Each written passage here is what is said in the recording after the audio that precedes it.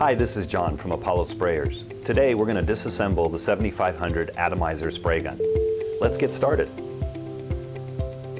To disassemble the 7500 spray gun, start by locating the material connector blanking cap.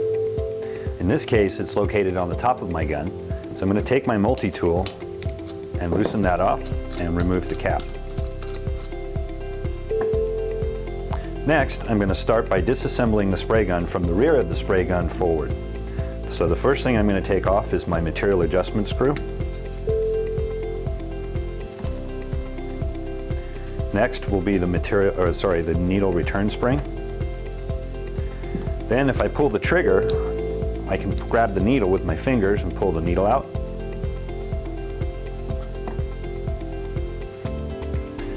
Next, use the multi-tool to remove the material adjustment screw bushing.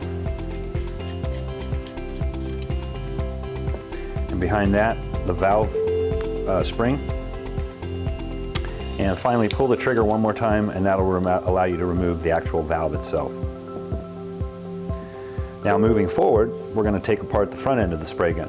So first thing we're going to do is remove the ring. That'll allow me to take off the air cap and the air cap locking ring. Next, I'm going to use my multi-tool and I'm going to remove the nozzle. So remove the nozzle.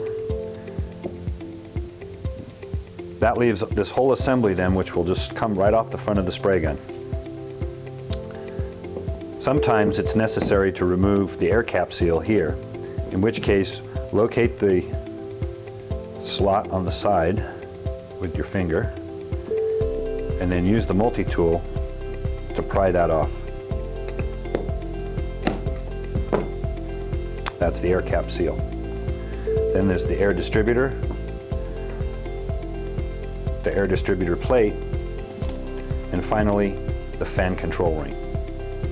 There's one more part that resides right behind the fan control ring, and that's the fan control seal. Lastly, you want to remove the gland seal. So again, using the multi-tool with the 8mm end, remove the nut. That's the gland nut. And the easiest way to remove the actual seal itself is to take the back half of the needle and push it through the nozzle tube in the front of the spray gun, which will push out your seal. And that's your gland seal. And that concludes disassembling the 7500 spray gun.